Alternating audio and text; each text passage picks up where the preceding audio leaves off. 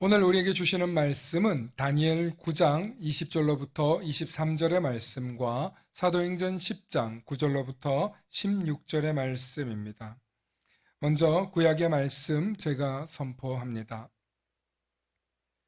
내가 이같이 말하여 기도하며 내 죄와 내 백성 이스라엘의 죄를 자복하고 내 하나님의 거룩한 산을 위하여 내 하나님 여호와 앞에 간구할 때 곧 내가 기도할 때에 이전에 환상 중에 본 그 사람 가브리엘이 빨리 날아서 저녁 제사를 드릴 때쯤에 내게 이르더니 내게 가르치며 내게 말하여 이르되 다니엘아 내가 이제 내게 지혜와 총명을 주려고 왔느니라. 곧 내 기도를 시작할 즈음에 명령이 내려졌으므로 이제 내게 알리러 왔느니라. 너는 크게 은총을 입은 자라. 그런즉 너는 이 일을 생각하고 그 환상을 깨달을지니라. 아멘. 우리 서신서의 말씀은 우리 한 절씩 교독하십니다. 이튿날 그들이 길을 가다가 그 성에 가까이 갔을 그때에 베드로가 기도하려고 지붕에 올라가니 그 시각은 제6시더라.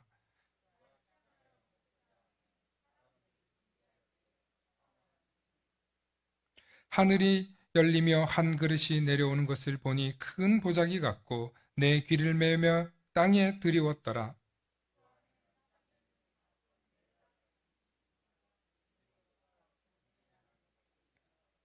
또 소리가 있으되 베드로야 일어나 잡아 먹어라 하거늘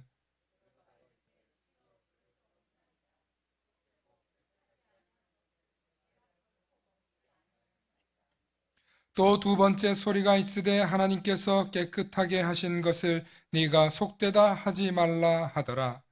이런 일이 3번 있은 후 그 그릇이 곧 하늘로 올려져 가니라. 아멘. 오늘 말씀의 제목을 함께 선포해 주시기 바랍니다. 하나님의 임재를 경험하라. 우리 한 번 더 선포합니다. 하나님의 임재를 경험하라. 아멘. 할렐루야. 우리는 모두 다 복된 존재들입니다. 이 정체성을 잊지 않으시고 날마다 말씀을 통해 이 한 주간도 승리하시길 소망합니다.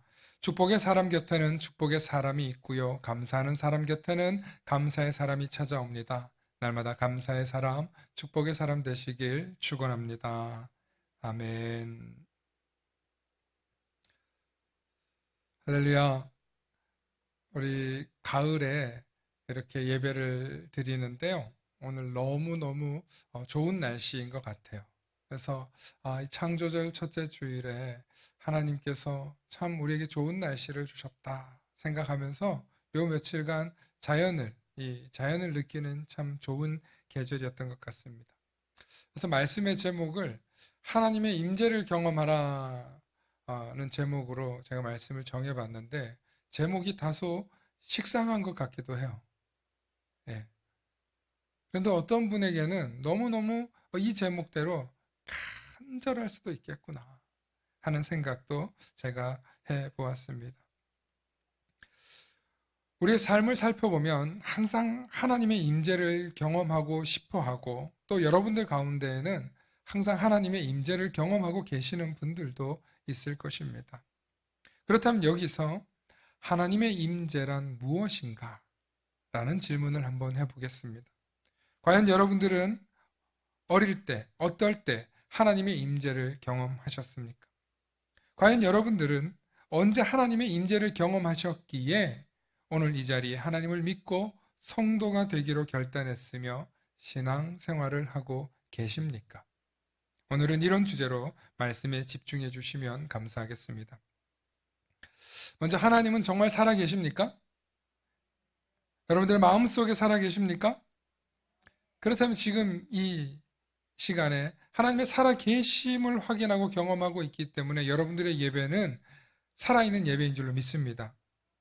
하나님의 임재를 경험한다는 것은 하나님이 살아있으시다는 것을 믿고 하나님이 살아계시다는 것을 믿는 여러분들은 그 믿음이 이미 뜨겁게 역사하고 있다는 뜻입니다. 동시에 여전히 하나님의 도움과 필요를 느끼며 살아간다는 뜻이고 하나님이 나와 함께하고 계시다는 것을 느끼고 있다는 뜻입니다. 그런데 이런 분들만 예배 드려야 될까요? 이런 분들만 예배에 참석해야 될까요? 아닐 것입니다. 나는 요즘 도무지 되는 일이 없어요. 하는 일마다 힘들고 괴롭고 지쳐요. 고통스럽고 하나님의 임재가 좀 멀어지고 있는 느낌이에요. 하나님 정말 나와 함께하고 있는 걸까? 나는 왜 하나님과 지금 멀어지고 있는 것 같지? 라는 의문이 드는 분들도 있다는 거예요. 그렇다면 오늘 이 시간 하나님의 임재를 충만하게 경험하는 사람에게 이 말씀이 더 효과가 있을까요? 아니면 하나님의 임재가 요즘 나하고 좀 멀어진 것 같아 라고 느끼는 분들에게 더 오늘 이 말씀이 필요할까요? 그건 여러분들의 판단일 것입니다. 오늘 이 시간 고통과 괴로움과 너무 힘든 시간을 보내고 계시는 분이 있으시다면 그것을 말로 다 설명할 수 없어서 침묵하고 함구하고 신음소리조차 낼 수 없어서 눈치 보고 있는 분이 혹 여러분들 가운데 계시다면 혹은 이 예배를 보고 계시는 분이 있으시다면 이 시간 성령님의 크신 위로가 있으시길 축원합니다. 오늘 성경을 보면 구약에 다니엘이라는 인물이 등장합니다. 신약 성경에는 베드로라는 인물이 등장하죠. 오늘 이 두 사람을 통해 하나님께서 그들에게 임재하셨을 때 그들이 겪은 이야기를 여러분들과 나누고자 합니다. 먼저 구약의 다니엘은 바벨론의 포로로 잡혀갔던 신분입니다. 그는 남유다 왕국의 고위층 자녀였습니다. 그는 학식이 있었고 지혜와 신앙이 있었던 분입니다. 그런데 나라가 멸망해서 포로로 그만 잡혀갔던 인물입니다. 그리고 그는 노예로 전락하지 않았을 뿐 언제든지 왕의 명령에 복종하고 살아야 하는 포로라는 신분이었습니다. 우리는 포로라는 신분을 잘 이해하지 못할 것입니다. 왜냐하면 전쟁을 경험해보지 못했기 때문입니다. 이 포로라는 신분에게는 자유가 없습니다. 언제든지 감옥에 갈 수도 있고 언제든지 죽임을 당할 수 있는 신세라는 것입니다.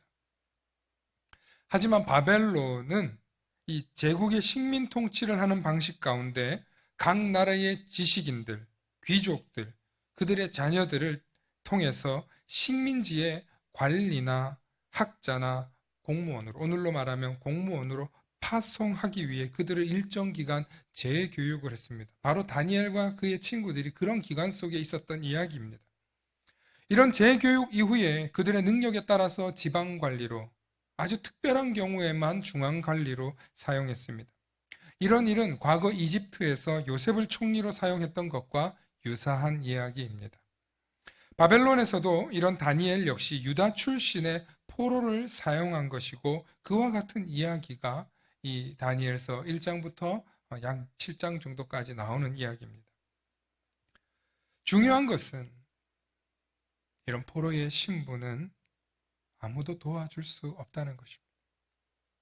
이런 포로의 신분에 놓여 있었던 다니엘에게는 그의 친구들에게는 그 어떤 도움의 손길도 구할 수 없는 상황 속에 있었다는 것입니다. 자유도 없고 항상 감시가 있었고 그들은 오직 식민지 통치에 쓰임받는 어떤 요원으로 살려면 그 일을 해야 되는 그런 신분들이었다는 것입니다. 앞서 말씀드린 대로 포로의 신분은 언제든지 죽임을 당해도 이상하지 않았습니다. 포로의 신분이기 때문에 주변에서 그를 도와줄 사람이 아무도 없었습니다. 그런데 성경은 말합니다. 그가 왕의 명령에도 불사하고 하루에 3번씩 하나님께 제단을 쌓고 기도하는 것을 멈추지 않았더라. 그랬더니 그를 모함하는 사람들이 나타나서 그를 어떻게 합니까? 사자굴에 내던집니다. 또 그의 친구들에게는 어떤 일이 일어납니까? 풀무불에 내던져지는 경험을 합니다. 그런데 이 정말 놀라운 것은 다니엘과 그의 세 친구들에게 아무도 도와줄 사람이 없었는데 그때 누가 도와주셨어요? 하나님이 그들과 함께 하시며 도와주셨다. 그들이 믿음을 지키고 하나님을 바라봤더니 죽으면 죽으리라 하고 그들이 믿는 신앙을 지켰더니 하나님이 아무런 도움을 받을 수 없는 이 포로들에게 찾아오셔서 함께 하셨더라는 것이 이 다니엘서가 얘기하는 이야기의 핵심입니다. 할렐루야, 할렐루야. 이 포로된 자들, 갇힌 자들, 나라를 빼앗긴 자들, 더 이상 뒤로 물러설 것이 없고 아무런 도움을 받을 수 없는 그런 상태에 있는 사람에게 하나님이 도와주셨다는 거예요. 하나님이 함께 하시더라는 거예요. 언제 어디서 도와주셨습니까? 사자굴에서 도와주셨습니다. 풀무불에서 도와주셨습니다. 그리고 또 어디서 도와주셨습니까? 성경에 나와 있지 않지만 그들의 신앙 고백을 통해서 알 수 있습니다. 하나님이 언제나 우리와 함께 하셨다. 이 다니엘의 세 친구와 고백이 나중에 이사야서에서 고백한 하나님이 우리와 함께 하신다라는 임마누엘 신앙을 포로가 된 이후에도 다시 깨닫고 하나님께로 돌아가자. 하나님께로 돌아가기 위해서 회개를 하자 하고 온 국민에게 회개를 선포하는 일을 하는 것이 오늘 성경 말씀의 이야기입니다. 하나님이 너를 특별하게 택하였는데 너는 은총을 입은 자라. 그러니 너가 그의 지식을 알고 그 환상의 뜻을 깨달아라. 그 얘기가 뭐예요? 회개하라는 거예요. 전 국민이, 온 백성이 하나님 앞에서 회개할 때 너희들이 다시 회복되고 그리고 다시 너희들이 이스라엘을, 예루살렘을 중건하는 일이 너희들이 해야 될 일이다. 그런데 그 당시에 유대인들과 이스라엘 백성들은 다시 나라가 회복되고 예루살렘 성이 회복되는 건 줄만 알았어요. 그런데 오늘 이 시대의 다니엘서를 보면 그게 아니에요. 심판의 때에 예수님께서 오시는 그때까지 하나님은 우리와 함께 하시더라. 어떤 고난과 어떤 시련과 어떤 아픔이 있어도, 아니 그 누구도 나를 도와주지 않을 것 같은 그 순간에도 누군 나와 함께 하셨다? 하나님은 나와 함께 하셨다. 그것을 다니엘서가 말하고 있는 것입니다. 다시 한번 요약합니다. 포로된 자들이 아무도 도와줄 자가 없는 그 상황에서 자신들을 구원한 하나님의 임재를 경험하고 난 후에 하나님은 우리와 함께 하신다라는 이 임마누엘의 신앙이 회복되었고, 회복되기 시작하여 나뿐만 아니라, 우리뿐만 아니라 우리 모든 백성이 이것을 회복하기 위해 만백성의 회개를 선포한 내용이라는 것입니다. 두 번째, 신약시대에 등장하는 베드로는 복음을 전파하는 놀라운 사역을 감당하게 되었습니다. 예수님이 승천 이후에 베드로는 놀라운 성령의 체험을 하고 복음을 전하기 시작합니다. 그것은 베드로에게 가장 중요한 사명이었고 그에게 너무 고귀한 일이었습니다. 그런데 문제가 하나 있었습니다. 유대인들에게는, 유대 출신 그리스도인들에게는 이방인들에게 복음을 전하는 것이 문제였습니다. 하지만 예수님의 지상명령은 모든 이에게 복음을 전하는 것인데, 그렇게 복음을 전파하는 제자임에도 불구하고 이 베드로는 그가 태생부터 갖고 있었던 유대인의 습관을 고치기가 결코 쉽지 않았다는 것입니다. 어떤 것입니까? 이방인들과 어울리면 안 되고, 이방인들에게 복음을 전한다는 건 더더욱 안 될 일이었던 것입니다. 그래서 이것이 그에게 갈등과 고난, 고통으로 있었던 것입니다. 바로 그런 베드로에게 하나님께서 꿈으로 현몽하셔서 하나님이 어떤 음식을 먹으라고 하는데 그것은 내가 한 번도 먹어본 적이 없는 더러운 것입니다. 그러자 하나님 뭐라고 하십니까? 하나님께서 깨끗하게 하신 것을 네가 왜 더럽다 하느냐 하면서 그 꿈을 3번이나 보게 되었다는 것입니다. 그러면서 이 꿈을 통해서 베드로는 처음엔 유혹인 줄 알았는데 나중에 이것을 통해서 하나님의 명령이니 그가 받아들이기 시작합니다. 잠시 후에 꿈에서 깨자 하나님께서는 이방 사람 고넬료라고 하는 백부장의 하인 욥바라는 사람을 보냈습니다. 그리고 베드로에게 자신들의 집에 와달라고 요청합니다. 어떤 집입니까? 이방인의 집이었습니다. 그런데 베드로가 순순히 따라갑니다. 사실 베드로는 가지 않으려고 했지만 얼마 전 보니 환상 때문에 가게 된 것입니다. 백부장 고넬료는 의인이요 하나님을 경외하는 사람이었지만 그는 유대인이 아니라 이방 사람이었습니다. 분명 베드로는 심각한 갈등에 휩싸였을 것입니다. 왜냐하면 자신은 지금까지 이방인 그리스도인에게 세례를 베푼 적이 없었기 때문입니다. 그러나 베드로는 자신에게 주신 환상을 하나님께서 주신 것을 믿고 고넬료의 집안에 들어가 그들과 유숙하고 고넬료와 그의 집안 모든 사람에게 세례를 베풀어 줍니다. 그런데 이 모든 일이 베드로에게만 환상으로 일어나는 것이 아니라 고넬료에게도 일어났다는 것을 나중에 알게 됩니다. 고넬료에게도 천사가 나타나 베드로라 하는 사람을 청하여 명하였던 것입니다. 그리고 베드로를 청하여 그에게 세례를 받기를 구하였던 것입니다. 이렇게 베드로가 순종하고 고넬료가 순종했더니 사도행전 10장과 34절과 48절의 말씀을 보면 놀라운 일이 일어나는데 하나님께서는 사람을 외모로 보지 않으신다는 거예요. 여기서 이 말씀은 인종과 나이와 성별과 학별과 재력을 본다는 게 아니에요. 하나님은 차별 없이 보신다는 뜻을 베드로가 깨달아요. 그리고 베드로가 예수님에 관하여 설교를 하였더니 성령의 말씀으로 그들이 받아들이고 성령의 부어주심을 경험하며 방언으로 말하고 하나님을 경배하는 놀라운 체험을 했다는 것입니다. 할렐루야. 심지어 이 사건은 베드로뿐만 아니라 베드로와 함께 왔던 할례자들, 즉 유대인들이 이를 보고 깜짝 놀란 거예요. 유대 그리스도인들이. 왜냐하면 구원은 하나님의 백성들, 이스라엘 백성들에게만 있는 줄 알았는데 이 유대인들에게도, 유대인이 아닌 이방인들에게도 나타난 것입니다. 성령님이 이방인들에게 임한다는 것을 처음으로 목격한 것입니다. 이 일로 인하여서 베드로가 나중에 예루살렘 본지로 갔을 때 네가 어찌하여 이방인들과 어울렸느냐 할 때 이 이야기를 하여서 예루살렘에서 복음을 전하는 것이 허락이 되었고 그들이 순종하였다는 것입니다. 여기서 우리는 하나님의 임재를 깨달아 알 수 있는 것은 하나님의 명령에 순종했을 때 놀라운 성령의 역사가 나타난다는 것입니다. 베드로뿐만 아니라 고넬료 역시 자신들에게 일어났던 환상을 동시에 순종했을 때 성령의 역사는 일어날 수밖에 없는 것입니다. 제가 처음에 여러분들에게 이런 말씀 드렸습니다. 하나님의 임재를 경험하고 계시냐고, 정말 하나님의 살아계심을 경험하고 계시냐고. 오늘 말씀을 통해서 저와 여러분들이 확실히 깨달을 수 있는 것은 어떤 사람들이 하나님의 임재를 경험하는가를 알 수 있다는 것입니다. 첫 번째, 포로된 자, 갇힌 자, 억눌린 자, 빼앗긴 자, 한 맺힌 자, 아무도 도움을 받을 수 없는 자, 하나님은 그들을 주목하신다는 것입니다. 그래서 가난하고 가진 것이 없고 배운 것이 없다고 해서 멸시하고 천대하지 마시기 바랍니다. 하나님은 그들의 울부짖음을 더 가까이 들으시는 분이신 줄 믿습니다. 이 일은 모세 시대에도 하나님께서 이스라엘 백성이 노예되었을 때 그들의 신음을 들으시고 찾아오셨다는 것입니다. 교회는 가난한 자들과 연약한 자들의 신음을 잊어서는 안 되는 줄로 깨달으시길 소망합니다. 두 번째로 하나님의 살아계심을 믿고 살아가는 자들에게는 반드시 하나님의 임재가 나타나는데 문제는 하나님의 임재를 한번 경험했기 때문에 새롭지 않은 거예요. 그래서 순종이 어려운 거예요. 그런데 여러분 동시다발적으로 순종을 했을 때 어떤 일이 일어납니까?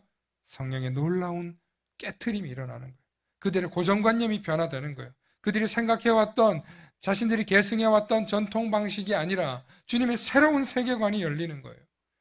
그러므로 성령의 역사는 우리가 기존에 해왔던 것이 다 옳은 것이 아니라 주님의 방법이 옳은 것인 것으로 모두가 깨닫게 하는 놀라운 역사인 줄로 믿으시길 바랍니다. 그래서 꿈이든 환상이든 하나님께서 주시는 감동에 순종했을 때 하나님의 성령의 역사가 나타난다는 것입니다. 그러므로 우리는 우리에게 주시는 하나님의 환상이나 하나님의 어떤 명령이 있을 때 여러분들 그것이 고민이 될 것이 아니라 반드시 순종하시길 바랍니다. 마지막으로 세 번째, 하나님의 임재는 자연적으로 때론 자연스럽게 때론 우연하게 경험하고 나타나게 될 수 있다는 것입니다. 성경에도 수없이 나타났지만 실상은 우리 삶에 아주 자주 경험하는 것입니다. 저는 지난 한 주간 굉장히 바쁜 시간을 보냈습니다. 그런데 지난주 목요일 아침 아마 새벽에 비가 많이 왔던 것 같아요. 그리고 목요일 아침 이른 아침 비가 보슬보슬 내리는 그 창가를 바라보고 있는데 어떤 찬양이 나오는 거예요. 은혜만이 사랑만이 넘치는 자비만이 있음을 난 믿네. 내 모든 죄 사라졌네. 온전케 되었네. 은혜만이. 뭐 이런 찬양이었습니다. 그 찬양을 듣는데 말로 설명할 수 없는 전율이 저기에 찾아오면서 주님이 내 죄를 용서해 주셨던 그때가 떠오르면서 제가 하나님의 임재를 체험하는 순간이 있었습니다. 그러면서 오늘 하나님의 임재에 대해서 여러분들과 나누고 싶은 열정을 저에게 주셨습니다. 여러분, 하나님의 임재는 때로는 자연스럽고 때로는 우연스럽게 찾아오기도 합니다. 정말 간절히 사모해서 하나님 나의 죄사함을 간절히 바란다고 해서 찾아올 때도 있지만 때로는 내가 잊어버렸고 내가 무뎌졌던 그 기억을 떠올리게 하시기 위해서도 하나님의 임재를 경험하게 하더라는 것입니다. 저는 그 경험 속에서 엄청나게 지쳐있고 피곤했던 저의 육신에 새 힘이 일어나는 것이었습니다. 용기가 솟아나는 것이었습니다. 두렵지 않은 것이었습니다.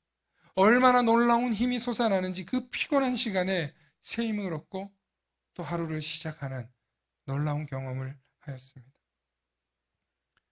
여러분, 하나님의 임재는 우리를 새롭게 합니다. 우리의 힘을 솟게 하고 용기가 있게 하고 우리가 할 수 있다라는 자신감과 용기와 믿음을 불어넣어 주신다는 것입니다. 이제 말씀을 마칩니다. 우리는 우리에게 주어진 모든 상황 속에서 어떻게 살아가는가 한번 돌아보시기 바랍니다. 정말 감사한 상황도 있겠지만 감사하지 못하는 상황이 있을 때라도 때로 너무 고통스럽고 괴롭고 힘든 상황이다 하더라도 하나님은 저와 여러분들과 함께하고 계십니다. 지난 날을 돌아보면 다시 돌아가고 싶지 않은 끔찍한 괴로운 상황과 순간이 있었을지도 모릅니다. 그런데 그 순간에도 하나님 우리의 손을 붙잡아 주셨고 우리가 불구덩이에 빠졌을 때도 우리가 절망의 터널을 지날 때도 저와 여러분들이 사자굴에 던져졌을 때도 주님은 저와 여러분들과 함께 하신다는 것입니다. 오늘 이 시간 그 임마누엘의 신앙이 회복되시길 축원합니다. 그래서 주님을 찬송하고 주님의 이름을 높여드리는 이 시간 되길 소망합니다. 우리 시간 함께 이 찬양 아시는 찬양이지만 우리 기도하는 마음으로 이 찬양 했으면 좋겠어요. 기도곡인데 정말 아버지 하나님께서 우리의 영혼을 확정하고 확정해 주셨음을 이 시간 감사하면서 내가 모든 상황에서 주님의 이름을 높이리라. 내가 모든 상황에서 주님이 나와 함께 하심을 잊지 않으리라. 그런 믿음의 고백으로 우리 함께 나아가시기를 원합니다.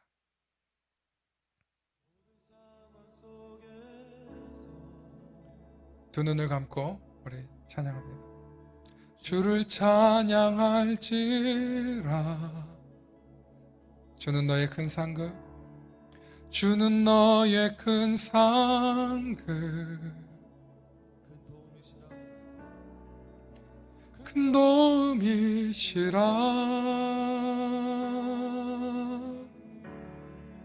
주의 얼굴 구할 때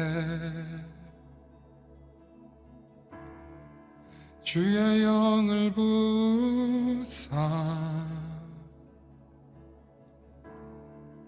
크신 사랑 안에서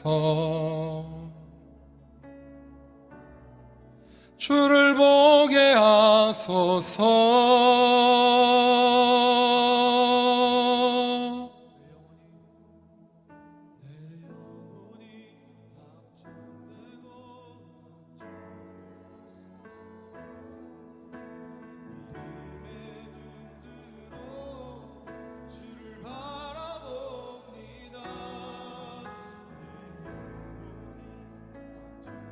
우리 시간 기도하는 마음으로 이 찬양을 부르셔도 좋고 기도하셔도 좋습니다. 우리 그 감사한 마음, 우리 결단의 고백으로 이 시간 나아가기 원합니다.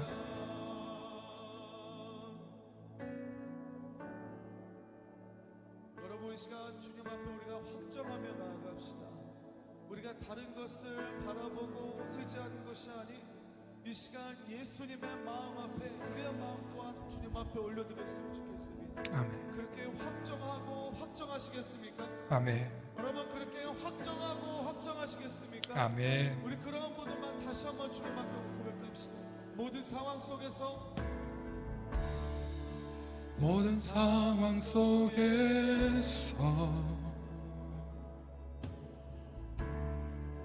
주를 찬양할지라.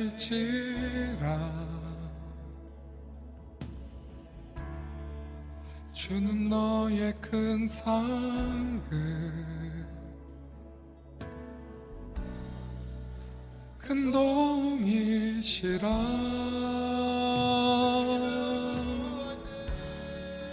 주의 얼굴 구할 때 주님의 성령 우리에게 부어주소서. 주의 영을 부사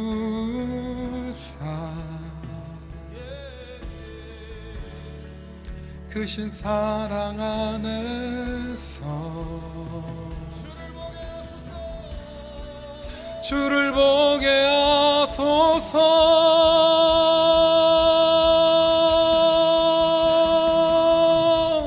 내 영혼이 확정되고 확정되어 싸우니 믿음의 눈 들어 주를 바라봅니다. 내 영혼이 확정되고 확정되어 싸우니 믿음의 눈 들어 주를 바라봅니다. 내 영혼이 확정되고 확정되어 싸우니 우리 두 손을 높이 들고 주님 나를 확정해 주셔서 감사합니다. 주님 나를 선택하여 주시고 나를 주님의 백성 삼아 주셔서 감사합니다. 내가 주님의 이름을 부르며 나아갈 수 있게 해주심을 감사합니다. 이 시간 고백하며 나를 확정해 주신 그 주님께 이 시간 주님 이름 부르시며 함께 기도하며 나아갑니다. 주여 사랑의 아버지 하나님 고맙고 감사합니다. 하나님 우리는 너무 연약하고 하나님 우리는 부족하고 하나님 우리는 너무나도 작고 미약하지만 하나님 우리를 택하여 주셔서 나를 하나님의 자녀 삼아 주셨고 나를 하나님의 백성 삼아 주셨고 나를 확정하여 주셨으니 감사합니다. 주님 내가 주님을 찬양하기 원합니다. 내가 주님의 이름을 높여드리기 원합니다. 내가 주님의 이름을 예배하기 원합니다. 오직 주님의 이름만 감사하고 찬양하며 나의 믿음의 눈을 들어서 주님을 바라보기를 원합니다. 주님, 주님의 시간 주님의 나라가 임하게 해 주시옵소서. 주님의 나라가 이곳에 임재하게 해 주시옵소서. 주님의 임재를 경험하게 해 주시옵소서. 하나님 나와 함께 해 주심을 내가 경험하며 하나님을 내가 고백하며 하나님을 찬양하며 주님의 영원한 나라에 내가 들어가며 기뻐하며 감사하며 나아가게 해 주시옵소서. 아버지 아버지 아버지 아버지 감사합니다. 아버지 아버지 아버지 아버지 감사합니다. 아버지 아버지 감사합니다. 주여 하나님 하나님 하나님 오 하나님 오 하나님 감사합니다. 오 하나님 하나님 오 주님 주님 주님 오 주님 아버지 감사합니다. 나를 사랑하여 주시고 나를 택정하여 주시고 나를 주님의 백성 삼아 주심을 감사합니다. 아멘 아멘 아멘 아멘 아멘 아멘 아멘 아멘 아버지 아멘 아멘 아멘 아멘 아멘 아버지 아버지 시간이가 내 마음의 문을 열어주시고 우리의 심령을 아버지 열어주시고 주님의 길을 열어주시고 아버지 주님의 나의 임재 가운데 성령의 임재 가운데 아버지 우리가 이 시간 고백하게 해 주시옵소서. 주님을 사랑한다고 주님을 찬양한다고 주님을 경험하고 주님의 임재를 내가 고백하며 주 아버지 하나님을 찬양하며 나아가기 원한다고 주님 나의 예배가 회복되게 해주시고 나의 삶이 회복되게 해주시고 나의 인생의 모든 회복되게 해주시고 내 가정의 회복 내 사업의 회복 아버지 내 모든 것을 회복되게 해주시옵소서. 아버지 그동안 나를 막았던 모든 것들로 회복되게 해주시옵소서. 아버지 회복의 영을 부어주시옵소서. 회복의 영을 부어주시고 회복의 영이 우리 가운데 임재하게 해주시옵소서. 성령님 주장하여 주시옵소서. 새로운 세상으로 나아가게 해주시옵소서. 새로운 문을 열고 나아가게 해주시옵소서. 새로운 길로 나아가게 해주시옵소서. 아버지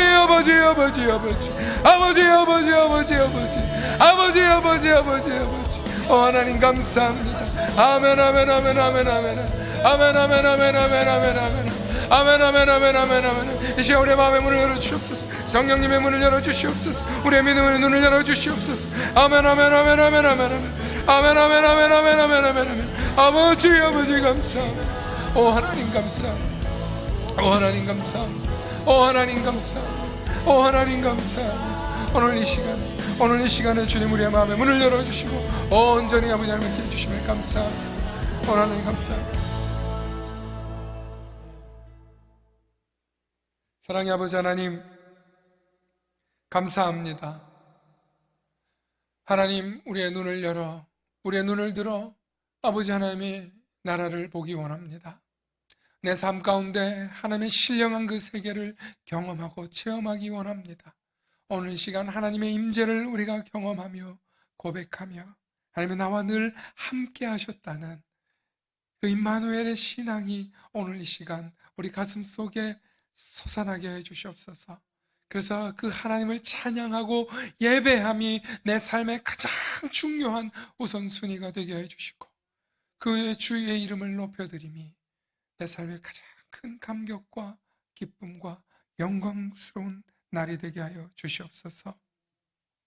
이제는 성부, 성자, 성령 삼위일체 하나님의 무한하신 사랑과 역사하심 속에 이 시간 고통과 절망과 좌절에 빠졌던 지난 모든 날들을 하나님 앞에 내려놓고 여전히 하나님이 나와 함께 하셨구나, 하나님은 지금도 나와 함께 하시는도다, 임마누엘의 신앙을 회복하며 앞으로 주님과 함께 동행하며 나아가길 바라고 소망하는 우리 만나교회와 이 교회에 속한 모든 성도들과 이들의 가정, 사업, 일터 모든 것 위에 이제로부터 영원토록 함께 하옵시기를 간절히 축원하옵나이다.